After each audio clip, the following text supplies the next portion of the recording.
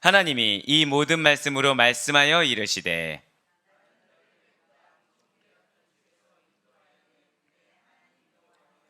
너는 나 외에는 다른 신들을 내게 두지 말라.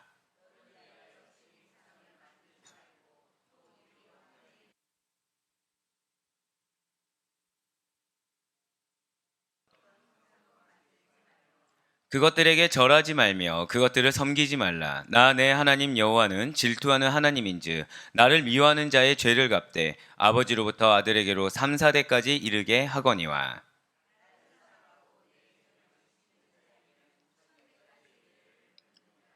너는 내 하나님 여호와의 이름을 망령되게 부르지 말라. 여호와는 그의 이름을 망령되게 부르는 자를 죄 없다 하지 아니하리라. 엿새 동안은 힘써 내 모든 일을 행할 것이나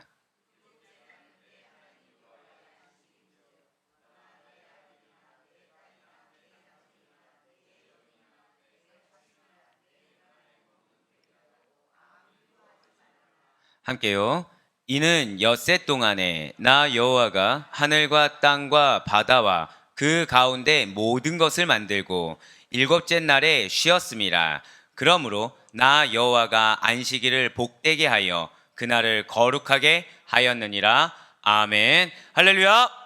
네, 오늘 변함없이 주를 믿는 믿음으로 말미암아 그리고 이렇게 주님의 살아있는 말씀을 듣기 위하여 내가 하루의 시작을 말씀과 기도로 하는 것을 기쁘게 받아주이사 반드시 나의 삶 가운데 역사하신다라는 그 믿음의 확신을 가지고 나오신 우리 모든 성도님들을 주님을 환영하고 축복합니다. 우리 특별 새벽 기도회 통안에 지금 출애굽기를 통해서 은혜 받는 귀한 시간을 가지고 있습니다. 예, 보통 중요한 거는 반복해서 우리가 얘기를 한다고 하죠. 자, 지금은 이스라엘은 어느 시대에 있습니까? 40년 광야 시대에 있습니다. 이제 벌써 딱 갈등하기 시작했어요. 어제처럼 갑자기 이렇게 하지 않으시고 40년을 얘기해야 되나? 2단계를 얘기해야 되나? 갈등 정도. 많은 발전이세요. 예, 좋습니다. 40년 광야 시대는 몇 단계로 나눠진다고 말씀드렸나요? 5단계. 그렇습니다. 5단계 중에서 지금은 2단계로서 시내산 기착 시기 또는 시내산 중간 체류 시기를 지금 지나고 있습니다. 굉장히 중요한 부분이에요. 왜냐하면 우리 오늘 저녁에 금요 철야 기도회 때 혹시 주인공, 예, 그 인물의 주인공이 누군지 혹시 알고 계십니까? 갈렙입니다. 예, 그렇습니다. 벌써 연관이 딱 되시죠? 예, 굉장히 중요한 부분입니다. 그 시작으로 하나님께서는 이스라엘 백성들에게 제일 먼저 명령하신 것이 무엇입니까? 거룩과 성결을 말씀하셨어요. 그 마음은 기대하는 마음으로 기다리고 있어야 된다. 근데 말씀하신 그대로 기다리고 있어야 된다고 말씀을 드렸습니다. 그리고 하나님께서 몇째 날에 강림하십니까? 셋째 날에 강림하신다라는 거죠. 결코 소리 소문 없이 오신 것이 아니에요. 미리 모세를 통해 알려주셨습니다. 이스라엘 백성 누구나 모든 감각을 통해 다 알 수 있도록 장엄하게 임재하여 주셨다라는 거죠. 그리고 지금 하나님께서는 시내산에 강림하시되 제사장들과 백성들이 경계를 넘어서서 시내산 꼭대기에 있는 여호와께로는 하나님께로는 가까이 오지 못하게 하셨다라는 거예요. 그것이 바로 우리가 어제 들었던 하나님의 그 접근 금지 명령을 내리셨다는 것이죠. 그리고 드디어 모세는 시내산에서 여호와 하나님께 십계명을 받게 되었다라는 것입니다. 사실 이 십계명 부분을 두고서 많은 고민이 있었습니다. 왜냐하면은 이 십계명에 담긴 신학적인 의미가 결코 작지가 않아요. 굉장히 이건 풍성하기 때문에 이거 하나하나만 가지고 해도 사실은 열흘 이상을 할 수 있을 정도로 굉장히 중요합니다. 하지만 그거는 따로 저희가 양육을 하거나 따로 배울 시간이 있을 거라 생각하고 이번에는 오늘과 다음 주 월요일 이틀에 걸쳐서 다루게 될 것입니다. 그러나 그 가운데 있는 십계명에 굉장히 중요한 메시지들이 있으니까 오늘 주신 메시지는 그동안도 그러셨던 것처럼 절대 놓치지 않을 수 있는 우리가 되기 간절히 소망합니다. 자, 십계명이 무엇인가요? 여러분들이 생각하는 십계명은 과연 무엇입니까? 지금 말씀드린 걸 잘 기억하시길 바라요. 하나님께서 시내산 언약 체결의 조건입니다. 자, 시내산 언약 체결의 조건이자 이스라엘 백성들이 하나님의 선민으로서 살아가는, 절 따라 고백하실게요, 삶의 핵심 규범. 그렇습니다. 그러니까 하나님의 선민이라고 한다고 한다면 이 십계명을 반드시 지키지 아니하면 안 되는 삶의 핵심 규범이 바로 십계명인 것입니다. 이전에 어떤 조건이라고 말씀드렸어요? 시내산 언약 체결의 조건이 십계명이라는 것이죠. 진실로 십계명은 그래서 모든 율법의 의미를 압축하고 있는 율법의 중심이요 율법의 헌법이라고 말씀드릴 수가 있어요. 우리가 흔히 알고 있는 율법의 완성이 누구십니까? 예수 그리스도, 이거는 우리가 너무 다 잘 알고 계시잖아요. 결국 예수 그리스도께서 율법의 완성이 결국 무엇이라고 말씀하셨나요? 하나님 사랑, 이웃 사랑으로 이제 마무리를 지으셨습니다. 그렇지만 그 전까지, 예수님께서 오시기 전까지 그 모든 거, 예수 그리스도로 오기를 고대하게 하시는, 그리고 그 모든 죄가 죄인지 알게 하는 그 율법의 시작이 바로 십계명이라는 것이죠. 진실로 그래서 십계명은 모든 그러한 율법의 의미를 함축하고 있고 압축하고 있는 율법의 중심이요 율법의 헌법이라고 말씀드릴 수가 있다라는 거예요. 그렇습니다. 하나님께서는 이스라엘 백성들과 지금 새롭게 시내산 언약을 체결하셨습니다. 그러니까 이전까지는 무엇이었나요? 언약 체결을 위한 준비였다라는 거죠. 준비하기 위해서 뭐 예를 들면 거룩하고 성결해라, 그 옷도 빨고 너희 마음도 정결하게 해야 된다, 그리고 잠잠히 기다리고 기대해야 된다, 어느 경계선까지 나오지 말고 그 앞에 대기하라, 여러 가지 말씀을 주신 거예요. 그리고 접근 금지 명령까지도 준비 단계라는 거죠. 그 가운데 이제 드디어 내려졌다라는 거예요. 언약 체결을 하고 계시다는 거죠. 그런데 이 언약 체결이 언약 체결을 했나 보다라고 끝나는 것이 아니라 여기에 크게 세 가지로 나누어진다라는 거예요. 세 가지 의미가 담겨 있다라는 거죠. 무엇이에요? 시내산 언약 체결의 말입니다. 첫 번째는 좁은 의미에서의 율법이라고 하는 십계명이 언약 체결의 크게 세 가지 중에 하나입니다. 그러니까 시내산 언약 체결에 그 크게 세 가지로 나눠질 수가 있는데, 그 좁은 의미로서의 첫 번째가 십계명이라는 거죠. 그러니까 시내산 언약, 니꼬르 십계명, 이것도 물론 맞을 수가 있어요. 하지만 또 다른 의미가 담겨 있다라는 것이죠. 두 번째는 사람과 사람 사이에 관계되는 사회상의 법률을 담은 시민법으로서의 규례입니다. 자, 두 번째가 무엇이라고요? 시민법으로서의 규례. 사람과 사람 사이에 그 사회상의 법률을 담고 있는 거죠. 자, 마지막 세 번째는 무엇입니까? 종교의식에 관계되는 의식법이라는 거예요. 십계명, 시민법, 의식법, 이렇게 세 가지로 크게 나눠진다는 것입니다. 자, 이처럼 크게 세 가지로 나눠지는 시내산 언약입니다. 이 시내산 언약은 하나님께서 이스라엘 백성을 당신의 선민으로 삼아 주시겠노라 라고 언약하신 일방적인 은혜 언약이라는 거죠. 그러니까 앞에 있는 사람이 이거를 받냐 안 받냐 문제가 아니라 하나님께서 일방적으로 내려주신 은혜라는 거예요. 그러니까 하나님께서 그들에게 내려주실 의무가 있는 것이 아닙니다. 그렇지만 하나님께서는 그들을 사랑하시고 당신의 신실성에 의지해서 그것을 친히 내려주셨다라는 거예요. 시내산에서 내려진 이 율법 조항들은 인간이 하나님의 선민이요 그의 백성으로 살고 축복을 누리기 위한 최소한의 의무라는 데 의의가 있다는 거죠. 자, 십계명이 그 시내산에 내려진 율법 조항들이 무엇이라고요? 최소한의 의무라는 거예요. 사실은 우리는 그것이 굉장히 큰 것처럼, 굉장히 복잡하다는 것처럼 느껴지고 엄격하다고 느껴지지만, 하나님의 선민으로서는, 그 하나님의 기준에 맞춰 살아가는 선민으로서는 이것이 최소한의 의무라는 것이죠. 이 가운데 우리에게 진정 중요한 것이 있다는 거예요. 그것은 뭐냐면 율법으로 규정된 그 각 조항의 계율들이 아니라, 자, 거기에 담겨진, 절 따라 고백하실게요. 법, 정신. 그렇습니다. 거기에 담겨있는, 그 율법에 담겨있는 정신이 무엇인가, 이것이 이 법정신이라는 사실을 잊지 말아야 된다는 것이죠. 율법의 형식적인 준수가 아니라 율법이 담고 있는 그 정신을 실현하는 것이 무엇보다 중요하다는 것입니다. 그리고 한마디로 이 율법의 기본이 되는 법의 정신이라는 것은 위로는 하나님을 먼저 경외하는 것입니다. 자, 지금 거기에 담겨있는 법정신이 중요하다고 말씀을 드렸어요. 법정신이 무엇이라고요? 위로는 하나님을 먼저 경외하는 것입니다. 아래로는 인간들끼리 서로 존중하고 사랑하는 거예요. 자, 이 율법에 규정된 각 조항들의 계율들에 담겨있는 그 법정신, 우리가 잊지 말아야 될 것은 어떻게 이걸 이행하느냐가 아니라 정신이 중요하다고 했습니다. 그 정신이 무엇이라고요? 이건 반드시 기억하셔야 돼요. 위로는 하나님을 먼저 경외하는 거, 아래로는 사람들끼리, 인간들끼리 서로 존중하고 사랑하는 거. 자, 많은 분들이 그런 얘기를 합니다. 예수님이 오셨으니까 더 이상 구약의 율법은 폐해졌기 때문에 십계명은 중요하지 않아라고 이야기하신 분들이 있어요. 사실은 그렇지가 않습니다. 사실은 우리는 이 십계명을 통해서 결국에는 무엇을 이게 우리가 마음 가운데 새기고 본받아야 되는 것입니까? 바로 이 정신이라는 거예요. 이 정신은 신약에까지 그리고 오늘날까지 이어지고 있다는 것이죠. 그렇습니다. 우리는 결국 무엇을 해야 되는 것입니까? 위로는 하나님을 먼저 경외하고 아래로는 우리의 가족뿐만 아니라 나에게 붙여주신 동역자들을 서로 존중하고 서로 사랑해야 된다. 이것이 하나님의 백성으로서 그리스도의 자녀로서 그리스도의 권속으로서 마땅히 해야 될 최소한의 의의라, 최소한의 의무다. 이 정도를 우리가 기억할 수 있어야 된다는 거죠. 자, 그렇습니다. 율법의 기본 정신을 규정한 도덕법의 정수가 바로 십계명이라는 거예요.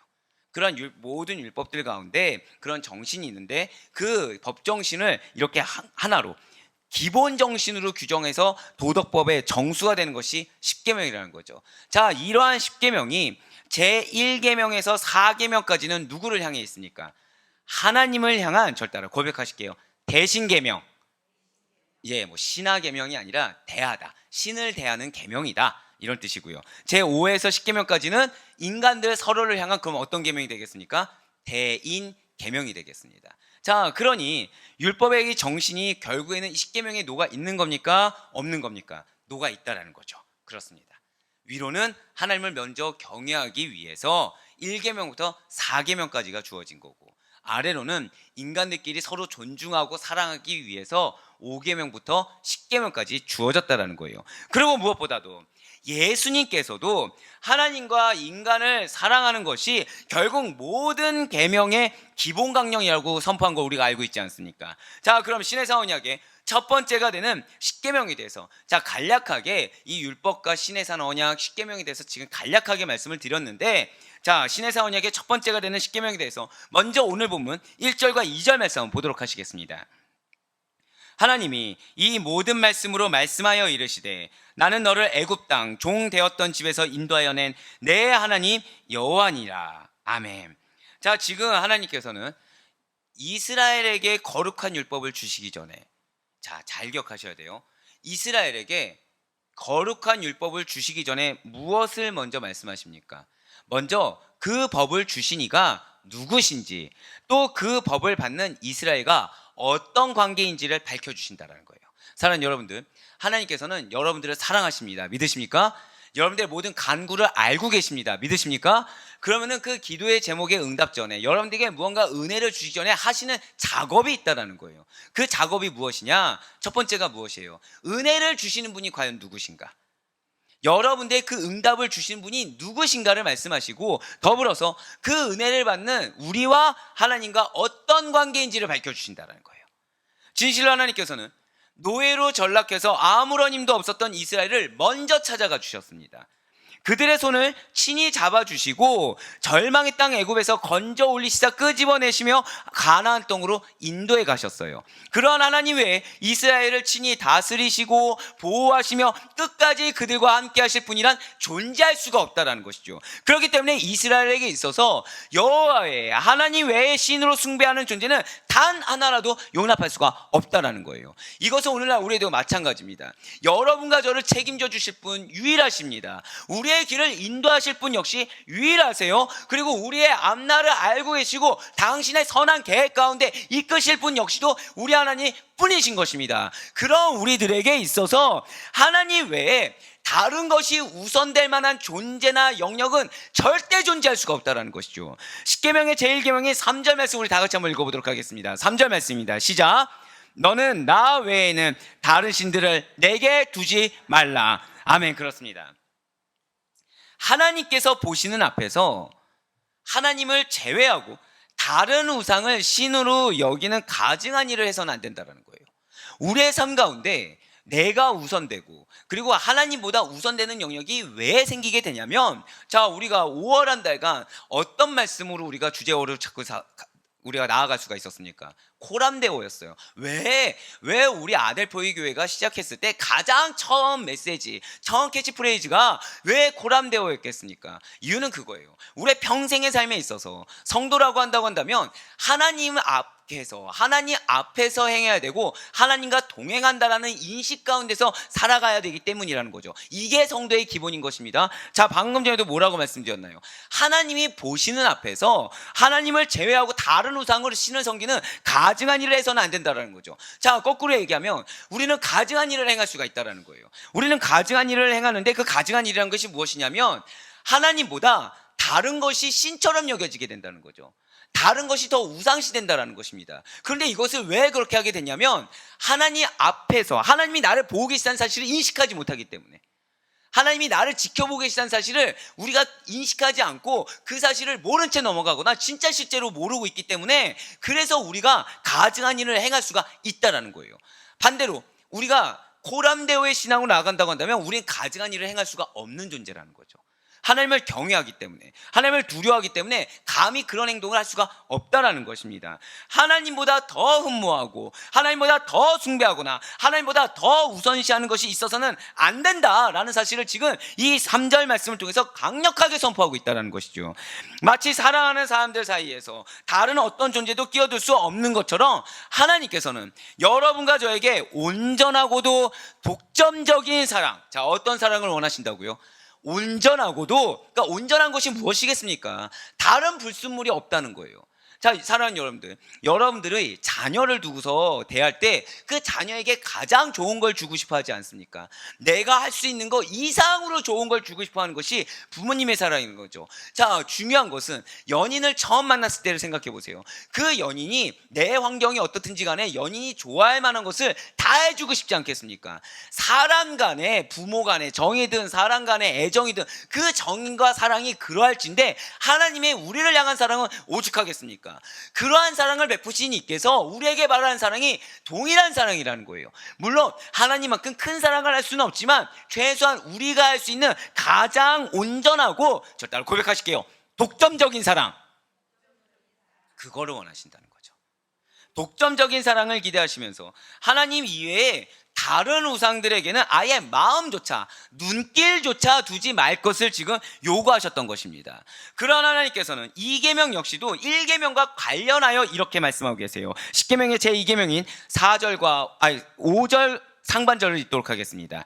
너를 위하여 새긴 우상을 만들지 말고 또 위로 하늘에 있는 것이나 아래로 땅에 있는 것이나 땅 아래 물속에 있는 것에 어떤 형상도 만들지 말며 그것들에게 절하지 말며 그것들을 섬기지 말라까지 읽도록 할게요.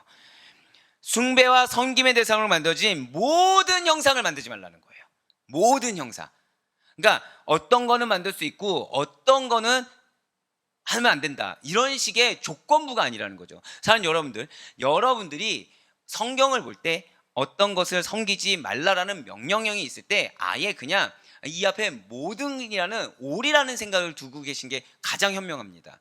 그렇지 않으면 우리가 그 말씀을 왜곡해서 보게 될 거예요. 그러니까 예를 들면 그런 것이죠. 술 취하지 말라, 이는 방탕한 것이니 오직 성령으로 체험받으라, 성령의 충만함을 받으라고 하잖아요. 그럼 여기서 세상 사람들은 뭐라고 이야기하냐면 술 취하지 말라고 했잖아, 나는 한두 장 정도는 취하지 않으니까 이 정도는 괜찮아, 나 그때 기도 잘 되라고 이야기를 합니다, 실제로. 자, 그럼 술 취하지 말라라는 것이 취하지 않을 정도만 마시면 된다는 말입니까? 아니라는 거예요. 마셔서는 안 된다는 거죠. 왜요? 인간은 제어할 수 없는 인간입니다. 그리고 술이라는 것이 한 방울만 들어가도 이미 사람의 감정을 들쑤시게 돼요. 자, 그냥 가만히 있는 상태와 술이라는 것이 불순물이 하나 들어간 상태가 차이가 있겠습니까? 없겠습니까? 있다라는 거예요. 지금 저 여기 물이 있죠. 여기에 만약에 제가 검정 커피 같은 거를 한 방울 넣었어요. 그럼 이거는 물입니까? 아니면 불순물이 섞인 겁니까? 불순물이 이미 섞였다는 거예요. 마찬가지죠. 절대성이 있는데 인간의 악함이라는 것은 그 절대성을 자연스럽게 자신의 말의 교묘함으로 숨겨버린다는 거예요. 마치 절대성이 아니라 마치 조건부인 것처럼, 일부는 허용되는 것처럼. 누가 한 것입니까? 뱀이 그렇게 했죠. 창세기 3장에서 뱀이 정말, 창세기 2장 3장을 보면은 뱀이 정말로 그러하더냐라고 하는 거죠. 하나님의 명령은 절대성이라는 사실을 반드시 놓치지 마시길 바라겠습니다. 성경은 누구의 말씀입니까? 하나님의 말씀이에요. 성경에 나오는 말씀은 절대성이 있다는 사실을 놓치지 않을 수 있는 우리가 되길 간절히 소망합니다. 그렇기 때문에 성경에서 이렇게 명령형이 있을 때는 아예 무엇으로 생각하라고요? 전부, 올. 네, 어떠한 한 영역 없이 모두 다, 그렇게 여기시는 게 가장 현명한 것입니다. 예, 맞아요. 지금 마찬가지라는 거죠. 숭배와 섬김의 대상으로 만들어진 모든 형상을 만들지 말라고 말씀하신 것입니다. 형상화된 우상으로서 섬길 대상을 만들지 말라라는 명령이었다라는 것이죠. 왜 이런 명령을 하신 것입니까? 사실 성경에 담긴 그 고대 근동의 역사를 보면 이스라엘과 그 주변 이방 나라들이 끊임없이 공통점을 보여주고 있다는 거예요. 그게 뭐냐면 끊임없이 돌이 됐든 나무가 됐든 금이 됐든 은이 됐든 그런 어떤 유기질의 재료에 가증스러운 우상을 새기는 행동들, 혹은 금속을 놓인 주물을 가지고 무익한 우상을 만들었다, 이러한 공통점을 발견할 수 있다는 거죠. 그러니까 믿음이 있다고 하는 사람들이나 우상을 원래 숭배하던 사람들이나 공통적으로 뭘 하냐면 인내하지 못해요. 그대로 믿음을 받아들이지 못해요. 내 마음에 위로를 줄 수 있을 만한 어떤 형상 만들기에 급급하다는 거죠. 사랑하는 여러분들, 관광지에 가면 우리가 흔히 뭘 발견합니까? 마찬가지라는 거예요. 마찬가지라는 거예요. 관광지에 가면 많은 것들이 있죠. 많은 것들이. 장식품이라고 하지만 실제 정말 이뻐서 장식품을 사시는 분들이 많습니까? 아니라는 거예요. 믿지 않는 분들은 예를 들면 돌하루방, 그러면은 돌하루방을 두고서 자녀에 대한 부분들 생각한다든지, 믿지 않는 분들 같은 경우에는 절 같은 경우에 절에 어떤 거 있을 때 이것이 마치 신묘한 힘이 있어서 지켜주는 것처럼 그렇게 우상 숭배의 마음을 아예 마음에 품고 있다는 거죠. 그거에 대한 표현 중에 하나가 기념품이라는 거예요. 기념품이 그냥 우리 말 그대로 추억을 기념하는 분들도 있을 수 있겠지만 어떤 분들은 거기에 의미를 부여하기 시작한다는 거죠. 그래서 집에 곳곳에 놓고, 제가 그래서 저희 성도님 중에 한 분이 집에 어떤 우상물을 딱 이렇게 두었을 때 이게 둬도 되는 겁니까? 두면 안 되는 겁니까? 안 됩니다 했을 때, 치웠을 때, 초신자인데 치웠을 때 제가 그래서 그분을 칭찬했던 이유가 바로 그런 거라는 거예요. 사실은 쉽지 않은 일이거든요. 오랜 세월 마음을 쏟았어요.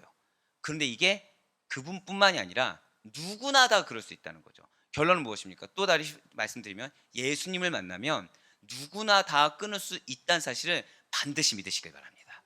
예수님을 만나면 세상 사람들은 그러니까 정확히 말하면 세상에 역사하는 사단의 권세는 우상을 계속 만들고 우상의 위로를 받고 그리고 그 우상으로 말미암아 무언가 있는 것처럼 착각하게 만듭니다. 하지만 예수님을 만나면 그러한 모든 것은 끊어지게 된다는 사실을 이 시간 반드시 믿으며 언제나 예수님을 만날 수 있도록 기도하며 나아갈 수 있는 여러분과 제가 되길 간절히 소망합니다.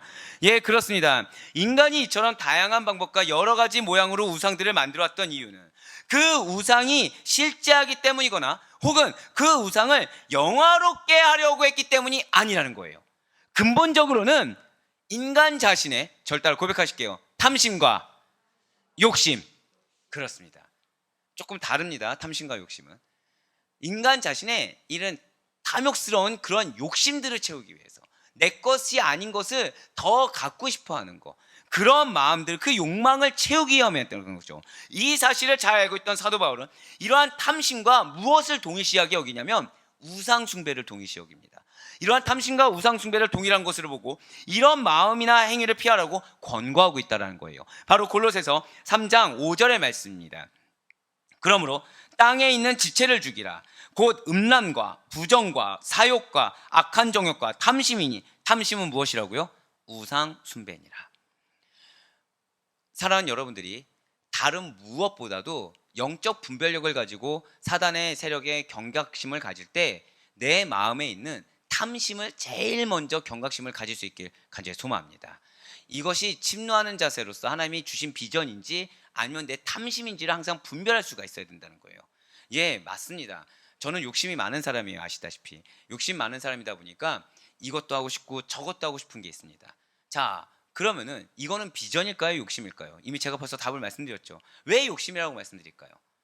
얼마든지 핑계 댈 수 있어요. 교회를 위해서, 성도를 위해서 얼마든지 핑계 댈 수 있습니다. 하지만 성도님들의 가장 지금 현재 필요한 것이 무엇인지를 돌이켜보면 이게 지금 내 욕심이구나가 분별된다는 거예요. 사랑하는 여러분들에게 지금 가장 필요한 것이 무엇입니까? 저를 따라 고백하실게요. 나는 회복되어야 됩니다. 바로 그거예요.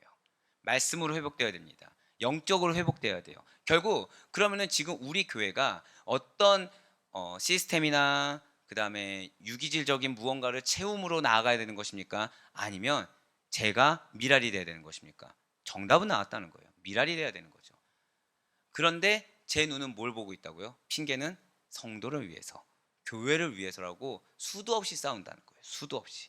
사랑하는 여러분들, 우리의 가장 제1 경각심은 탐심임을 믿으시길 바랍니다. 그 탐심을 두고서 항상 분별하며 인정해서 그 탐심의 자리를 버렸을 때 주시는 하나님의 놀라운 영적 은혜를 정말 맛보길 간절히 소망해요. 제가 방금 뭐라 말씀드렸나요? 내 탐심을 버리잖아요. 그 빈자리에 하나님의 은혜를 채우시는 줄 반드시 믿으시길 바랍니다. 예, 그런데 그 은혜는 내 탐심을 버리자마자 주어진 것이 아니라 이 탐심을 버리고 하나님의 뜻을 분별했을 때 그때 기름 부어주신다는 거예요. 그때 여러분들을 위한 기도가 그렇게 뜨거울 수가 없다는 거죠. 여러분들에게 전하고 싶은 말씀이 그렇게 풍성할 수가 없다는 것입니다. 예, 내 것을 내려놨을 때 하나님의 풍성함을 경험하게 되는 줄 정말로 믿으시길 바랍니다. 예, 우리가 오해하지 말아야 될 것이 이 우상 숭배라는 것이 그저 가증스러운 형상을 만들고 그 앞에 막 머리를 조아리는 행위만을 의미하는 것이 아니라는 거예요. 가증스러운 그 우상을 위해서 잘 기억하세요. 우상 숭배라는 것은 가증스러운 우상을 위해서 첫 번째로 저를 따라 고백하실게요. 시간을 허비하거나, 자, 두 번째로 우상의 마음을 뺏기는 것, 자, 세 번째로는 그 우상을 위해 열심을 내는 일체의 모든 행위. 이게 우상 숭배예요. 우상 숭배가 무엇이라고요? 그러니까 우리가 제사 지낸다고 해서 앞에서 절했다, 이게 우상 숭배다라고 단언 지어서 말씀드릴 수 있는 것이 아니라 그 가증스러운 우상을 위해서 내 시간을 허비하거나 아니면 그 우상에, 그러니까 절은 하지 않아요. 근데 그 우상에 마음이 쏟긴 거예요. 이미 계속 신경이 쓰이는 거죠. 그러니까 우리 학생들 같은 경우에 이제 공부를 합니다. 근데 마음 가운데 딴 생각이 있는 거죠. 마음 가운데 딴 생각이 있고, 그러니까 앉아는 있는데 집중을 못하는 겁니다. 그러면은 지금 우상을 숭배하고 있는 겁니까? 안 하고 있는 겁니까? 사실은 우상 숭배하고 있는 거거든요. 나에게 주신 그 사명을 다하지 않고, 그러니까 제가 여러분들에게 말씀을 준비한다고 하면서 이 말씀을 묵상하고 생각하는 것이 아니라, 예를 들어서 교회 홈페이지를 생각한다. 이건 맞을까요? 틀릴까요? 틀립니다. 정확히는. 왜일까요? 저 지금 뭐 묵상한다고 했어요? 자, 말씀은 누가 주십니까? 하나님 주셨죠. 하나님이 저에게 그 시간대 명하신 건 무엇이었어요? 말씀을 묵상하는 거. 누구를 위해서? 하나님이 당신의 영혼들을 위해서, 당신의 자녀들을 먹이기 위해서 그 시간만에 주실 수 있는 메시지가 있다는 거죠. 그런데 그때 저는 무슨 생각을 한다고요? 진짜 그랬다는 게 아닙니다. 저는 무슨 생각을 했다고요? 자, 교회 홈페이지. 자, 교회를 위한 거예요, 아닌 거예요? 교회를 위한다는 명목화가 있지만 실상은 말씀에 집중하지 못하고 있다는 거죠. 그거조차도 탐심입니다. 홈페이지가 내가 원하는 대로 직성이 풀려야 되거든요. 그래서 그거를 신경 쓰는 게 탐심이고, 탐심이 곧 무엇이다? 우상 숭배라는 것이죠. 예, 그러면서 그 우상을 위해서, 자, 중요한 거는 저 홈페이지를 예를 들었어요. 홈페이지에 지금 제가 다 기록을 해놨으니까 못했습니까? 못했어요, 사실은. 그러니까 하나님은 지금 여러분들에게, 우리 지금 교회의 지금 미션이 무엇이에요? 여러분들이 먼저 회복되는 거예요. 여러분들이 먼저 체험받는 겁니다. 그래서 여러분들을 성장시키길 원하시는 하나님의 뜻이 실천이 돼야 돼요. 그런데 여러분들에게 말씀 먹일 그 시간에 홈페이지를 하고 있는 거죠. 제가 지금 뭐 하고 있다고요? 세 번째가 열심을 내는 일체의 모든 행위. 그럼 이거는 헛겁니까? 유익한 것입니까? 헛것이라는 거예요. 그렇게 해봤자 나중에 다시 갈아엎게 된다는 거죠. 그때 만들어 놓은 거는 임시방편처럼 보이지만 다시 갈아엎게 된다는 거예요. 결국 일을 두 번 하게 된다는 거죠. 사랑하는 여러분들, 시간을 가장 효율적으로 운영할 수 있는 거, 그리고 언제 어디서나 허랑방탕한 세월을 보내지 않을 수 있는 유일한 길은, 저 따라 고백하실게요. 자기 부인입니다. 인정하는 거예요. 이게 내 탐심이다. 우상 숭배가 그냥 단순히 어떤 조형물에, 기념품에 절한다, 이게 우상 숭배라고 단언 지을 수 있는 것이 아니라 마음을 뺏기는 거, 시간을 허비하는 거, 1분 1초라도 허비하는 거, 그리고 그 우상을 위해서 나는 나름대로 교회를 위하고 가정을 위하고 영혼을 위한다고 했지만, 사실 하나님이 말씀하신 그 시간대에 하나님이 원하는 걸 하지 않고 그 명목하에 내 직성을 풀리기 위한 열심을 내는 일체의 모든 행위가 무엇이라고요? 우상숭배인 것입니다. 그렇기 때문에 우리는 하나님 외에 시간과 열심을 내면서 마음을 빼앗긴 것이 있다라고 하면은 먼저 솔직하게 인정할 수 있어야 돼요. 어떠한 포장을 해서는 안 됩니다. 그냥 솔직하게 인정을 하고 반드시 나 자신을 되돌아봐서 돌이켜서 다시금 절대 고백하실게요. 하나님께로 초점을 맞춰야 합니다. 자, 제가 지금 다시금 하나님을 위한 열심을 내세요, 다시 사역을 하세요, 이런 말씀 안 드렸습니다. 하나님께 초점 맞추는 것 자체가 전쟁이 됩니다. 인정하기 싫어하거든요. 인정하기 싫어서 얼마든지 핑계를 댈 수 있는 세상적인 지혜와 그런 어떤 똑똑함이 우리에겐 존재합니다. 그렇기 때문에 하나님께로 초점 맞추는 거에 사활을 거셔야 돼요. 이게 호락호락하지 않다라는 걸 인정하고, 내 마음 가운데 이 탐심이라는 게 엄청 뿌리 깊다는 걸 인정하고서 이거를 끊어내고 그 자리에 하나님을 모시는 거, 여기에 사활을 걸어야 된다는 거죠. 그래야 빨리 돌아갈 수 있습니다. 자, 길이 이렇게 있어요. 이렇게 있는데 갈림길이 있는 겁니다. 갈림길이 있어요. 자, 갈림길이 이렇게 쭉 뻗어나가는데 이 정도에서 돌아서 가는 게 빠를까요? 이 정도 가서 돌아가는 게 빠를까요? 당연히 이만큼 갔을 때 돌아가는 게 빠릅니다. 그 작업하셔야 된다는 거예요. 하나님께 초점을 맞춘다는 것은 그나마 더 전진하지 않고 딱 거기서 멈춰서 돌아서 가는 겁니다. 그런데 그거를 인정하기 싫어서 이만큼 가잖아요. 하나님은 반드시 돌아가게 하십니다. 그 증거가 누구예요? 이스라엘 백성들. 그 가운데 이제 10계명의 제3계명인 7절 상반절을 보도록 하실게요. 너는 내 하나님 여호와의 이름을 망령되게 부르지 말라. 자, 여기서의 여호와의 이름은 먼저 하나님의 거룩한 품성을 나타냅니다. 그리고 그분이 이루어 가시는 역사를 나타내요. 그리고 하나님 자체를 대변해 주는 것입니다. 자, 우리가 잊지 말아야 될 것입니다. 이것은 여호와의 이름이다. 그러니까 뭐 여호와 라파, 여호와 니시, 여호와 이레, 이렇게 여호와의 이름과 속성을 드러낸다라고 했을 때 거기에는 세 가지가 들어간다는 거예요. 하나님의 거룩한 품성, 그분이 이뤄가는 역사. 그러니까 여러분들이 하나님 내 삶 가운데 역사해 주세요, 여호와 이레가 이루어질 수 있도록 인도해 주세요 라고 했을 때 그 고백에는 뭐가 있는 것입니까? 하나님의 거룩한 품성이 있습니다. 그 거룩함이 나를 거룩하게 하십니다. 그 가운데 하나님이 나를 통해 당신의 역사를 이루신다는 믿음의 고백이 들어있다는 거죠. 그리고 세 번째가 무엇이라고요? 그것이 하나님 자체입니다 라는 고백이 된다는 거예요. 그런 점에서 여호와의 이름은 항상 존귀 여김을 받아야 하고 언제나 찬양과 경배의 대상만이 돼야 된다는 거죠.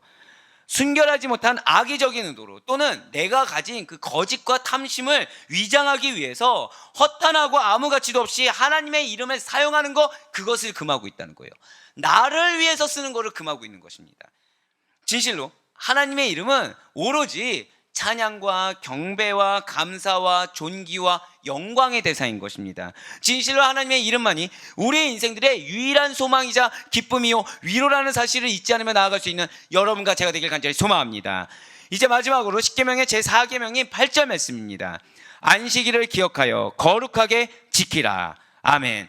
반드시 기억하시길 바라요. 오늘 뭐 계속 기억하라고 지금 말씀을 드리는데 그 정도로 중요한 게 많습니다. 안식일을 잊지 않고 늘 염두에 둔다라는 거. 그러니까 왜 우리가 자녀들에게 주일을 꼭 성수해야 된다, 안식일을 잘 지켜야 된다라고 했을 때 그 의미를 우리가 먼저 잘 알고 있어야겠죠. 그것은 천하 만물의 창조자요 주관자이신, 절 따라 고백하실게요, 하나님의 주권을 인정하는 일. 그렇습니다. 그러니까 우리가 주일을 성수한다라는 것은 벌써 무엇이라고요? 하나님의 주권을 인정하는 거예요.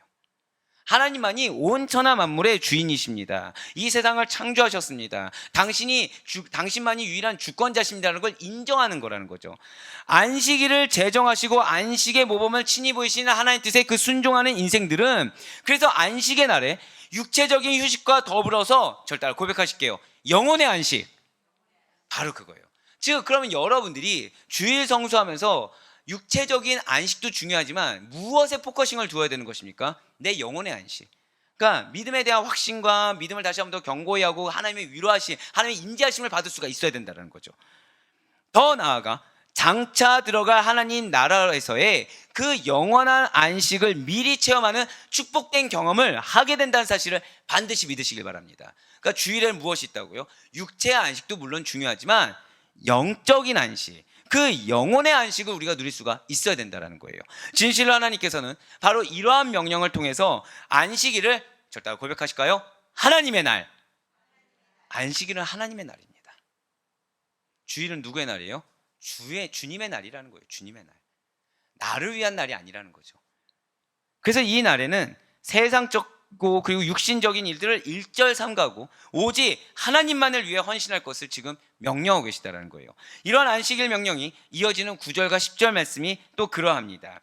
엿새 동안은 힘써 내 모든 일을 행할 것이나 일곱째 날은 내 하나님 여호와의 안식일인즉 너나 내 아들이나 내 딸이나 내 남종이나 내 여종이나 내 가축이나 내 문 안에 머무는 객이라도 아무 일도 하지 말라. 아멘. 여기서 말하는 엿새는 6일로 생각하지 마시고 안식일을 제외한 다른 모든 날을 의미합니다. 자, 이렇게 받아주시는 게 훨씬 더 좋아요. 그렇습니다. 엿새는 안식일과 단절된 날들이 아니라 서로 긴밀하게 연결된 날들이라는 거죠. 엿새 동안 힘써 일한 자들만이, 정확히는 하나님께서 주신 그 노동의 의미를 성실히 이행한 자들만이 안식일의 참된 의미를 발견할 수 있다는 거예요. 엿새 동안 허송세월을 보냅니다. 엿새 동안 육체적 쾌락에 탐닉한 자들은 안식일을 결코 거룩하게 지킬 수가 없다는 거죠. 안식일을 주신 하나님의 뜻과도 무관한 인생을 살 수밖에 없다는 것입니다. 그렇습니다. 일곱째 날은 하나님께 속한 날입니다. 믿으십니까? 그러한 날로서 하나님을 위해 존재하는 날이기 때문에 하나님을 위한 일과 하나님을 기쁘시게 하는 일을 행해야 된다는 거예요. 여기에 영혼의 안식이 주어진다는 거죠. 여기에 우리의 마음에 위로를 주시는 하나님의 음성을 들을 수가 있다는 것입니다. 안식일에는 노동을 금하고 휴식이 제공되어야 하는데 자신을 포함한 가족과 종들, 자신의 소유인 가축이나 자신의 손님이 나그네까지 지금 전부를 포함하고 있어요. 즉 안식의 한계는 주인과 종을 넘어서서 인격적인 대우를 받지 못한 종들을 포함하며 말하지 못하는 짐승까지도 지금 적용시키시는 하나님의 뜻을 볼 수가 있다는 것이죠. 진실로 하나님께서는 무엇입니까? 당신의 피조물 전부가 안식을 취하도록 하고 계시다라는 거예요. 안식일에는 하나님과 더욱 저 따라 고백하실게요. 내적으로 친밀한 관계, 바로 그거예요. 그러니까 내가 외적으로 하나님을 인정하기 위한 거에 몰두하는 자들은 하나님의 위로를 받기란 요원하다라는 것입니다. 내적으로 하나님과 친밀한 관계를 맺고자 하는 경건한 활동을 해야 돼요. 생명을 살리고 영혼을 살찌우는 선한 사업을 통해서 하나님께서 주신 그 안식일의 정신을 지킬 수가 있어야 된다는 것이죠. 결국 이것이 무엇이겠습니까? 봉사 물론 중요하죠. 하지만 제일 중요한 것은 절대로 고백하실게요. 예배를 통해 회복되어야 합니다. 아멘. 이걸 정말 믿으셔야 된다는 거예요. 이게 교회의 존재고 주의를 거룩하게 지키는 성도의 존재 이유인 것입니다. 예, 맞습니다. 이제 마지막으로 11절의 말씀을 보도록 하실게요. 이는 엿새 동안에 나 여호와가 하늘과 땅과 바다와 그 가운데 모든 것을 만들고 일곱째 날에 쉬었습니다. 그러므로 나 여호와가 안식일을 복되게 하여 그 날을 거룩하게 하였느니라. 아멘. 지금 천지를 창조하신 전능하신 하나님께서 복되게 하셨습니다 라고 말씀하고 계세요. 이것은 안식일이 무한한 은혜와 기쁨, 신령한 축복을 가지고 있다는 사실을 알게 해주고 있다는 것이죠. 그러므로 하나님께서 축복하신 그 안식일에 기꺼이 참여하고 그것을 준수하는 자에게는 이처럼 풍성하게 예비된 축복과 즐거움을 맛보게 된다는 사실을 반드시 믿으시길 바랍니다. 진실로 하나님께서는 일곱째 날을 구별하여 주셨어요. 거룩하게 하셨습니다. 그래서 이 날은 모든 세속적인 쾌락이나 세상적인 관심사를 끊고 오직 하나님만을 영화롭게 하며 그분이 예비하신 참된 안식에 동참할 수 있는 여러분과 제가 될 수 있길 간절히 소망합니다. 사랑하는 우리 아대포의 교회 모든 성도 여러분들, 율법의 중심이자 율법의 기본이 되는 이 십계명이라는 것은 단순한 도덕률이 아닙니다. 태해졌다고 생각해서는 안 된다는 거예요. 하나님의 백성이 맺어야 할 하나님과의 관계, 그리고 하나님의 백성들의 공동체 구성원들과의 관계 등 이러한 절대로 고백하실까요? 관계에 초점이 맞춰져 있습니다. 여러분들 평생 기억하셔야 돼요. 십계명은 뭐에 초점이 있다고요? 관계에 초점이 맞춰진 것입니다. 하나님과의 관계, 나에게 붙여준 영혼과의 관계. 하나님께서 십계명을 기록하실 때 인간관계에 대한 계명에 앞서서 누구와의 관계의 계명에 집중하게 하셨나요? 하나님과의 관계에 대한 계명을 먼저 기록하시고 집중하셨다는 사실을 주목하셔야 된다는 거죠. 그것은 무엇이냐면, 오늘 좋습니다. 다른 거는 봐야 한다고 생각하더라도 이거는 지금 머리에 새기세요. 하나님과의 관계가 바로 세워질 때만이 사람과의 관계가 바로 설 수 있는 것입니다. 여러분들 가운데 사람과의 관계가 회복되길 원하시는 분이 있으십니까? 하나님과의 관계가 나 하나님과의 관계 좋은데? 라고 치부하지 마시고 하나님과의 관계가 먼저 회복될 수 있는 여러분과 제가 되길 간절히 소망합니다. 그러니 제1계명부터 4계명을 통해서 내가 하나님 앞에 바로 서 있는지 되돌아볼 수 있는 우리 모두가 될 수 있길 간절히 소망합니다. 그러한 하나님과의 관계 회복을 통해서 사람과의 관계 역시도 회복될 수 있는 여러분과 제가 되길 간절히 소망합니다. 그러면 바라옵고 나옵기는 나만을 위하는 이기적인 신앙을 버리고 성도의 이름에 합당하게 하나님께서 명하신 일들을 가장 우선적으로 실행하셔서 하나님께서 기뻐하시고 또한 그 기쁨에 감격하시사 맡기신 하나님의 사역들을 적극적으로 행하시는 여러분들의 삶을 채우시는 은혜가 충만할 수 있는 그런 오늘 축복된 하루가 될 수 있기를 주님의 이름으로 간절히 축원합니다.